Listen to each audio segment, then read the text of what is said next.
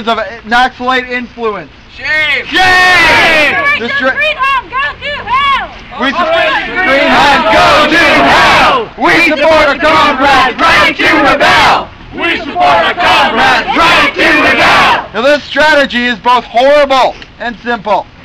To decapitate the head of the resistance movement, proceeding if necessary to selective killings, while practicing a scorched earth policy, destroying the people themselves, the people who serve as the backbone to the Naxalite guerrilla army.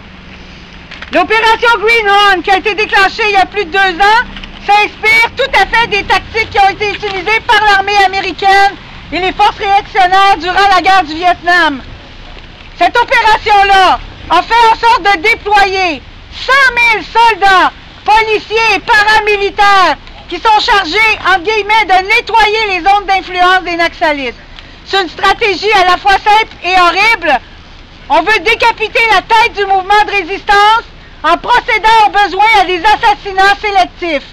Et en même temps, on pratique la politique de la terre brûlée, c'est-à-dire que dans les zones où le mouvement est appuyé par les populations, on sème la terreur.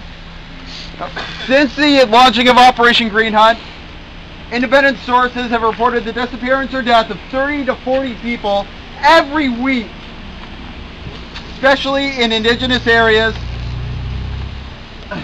The Army has set up camps in the forest, closed schools, and took control of public buildings, which it uses for bases of operation.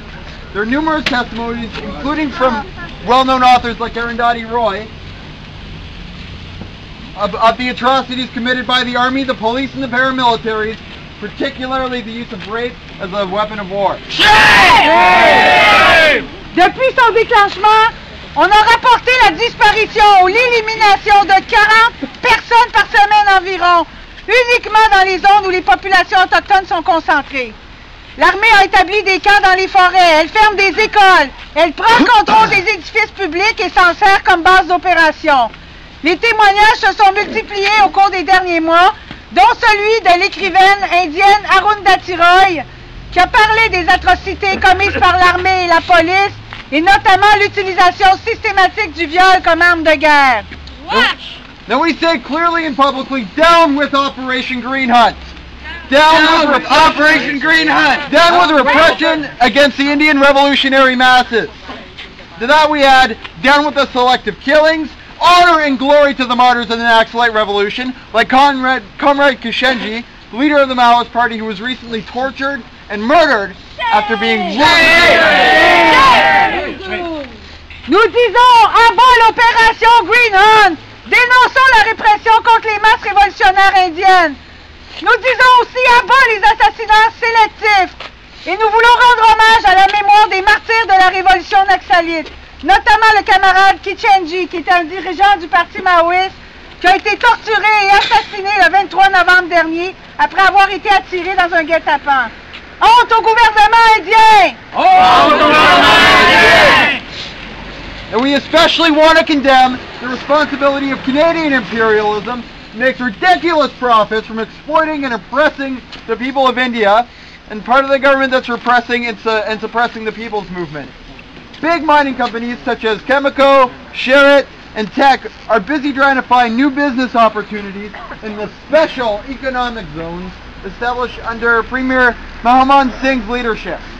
In those areas, transnational corporations are given the tax-free right to plunder and the vast mineral and forestry resources of the country.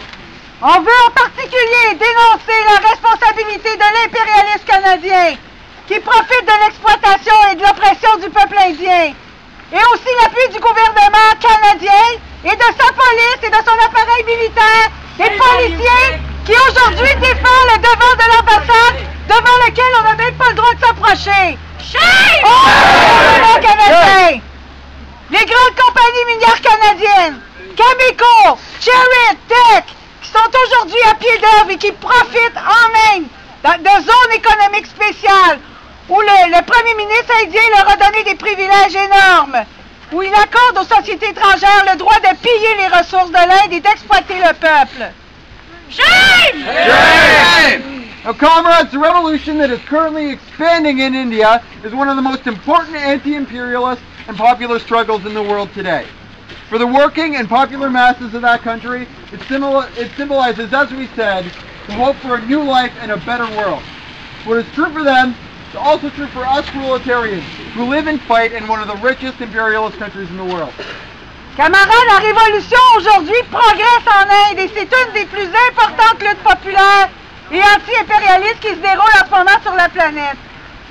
C'est important pour les masses ouvrières et populaires de ce pays-là, pour qui c'est un espoir de vie et d'un monde meilleur. Mais c'est aussi vrai pour nous, les prolétaires, les travailleurs, travailleuses pauvres au Canada, qui luttons dans un des pays impérialistes les plus puissants.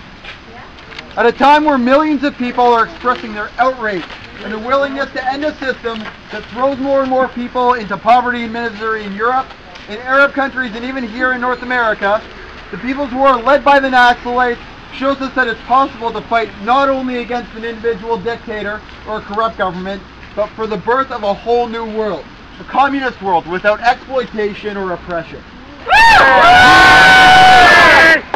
Alors que ça fait plus d'un an qu'un peu partout en Europe, dans les pays arabes, et même ici en Amérique du Nord, des millions de gens ont manifesté leur indignation, exprimé leur volonté d'en finir avec le système capitaliste qui jette de plus en plus de gens dans la misère. Lorsqu'on voit l'exemple de la guerre populaire qui est menée actuellement par les Naxalites, on nous montre aussi que c'est possible de se battre. Pas seulement pour renverser un dictateur ou pour mettre dehors un dirigeant pourri ou corrompu, mais aussi pour lutter, pour faire naître un monde qui va être nouveau, un monde où il n'y aura pas d'exploitation ni d'oppression, où il n'y aura pas d'exploitation, donc un monde communiste. This is why we say, long live the People's War in India. Long live the People's War in India! Solidarity with the revolutionary masses who are fighting for their liberation. And despite the thousands of miles that separate us from them, we'll shout them a bold red salute. Lo Salam! Lo Salam! C'est pourquoi on dit aujourd'hui, vive la guerre populaire en Inde! Vive la guerre populaire! Solidarité avec les masses révolutionnaires qui luttent pour leur libération! Et malgré la distance qui nous sépare aujourd'hui de nos camarades naxalites, on veut leur lancer un puissant salut rouge! Lo Salam! Lo Salam! Merci, thank you.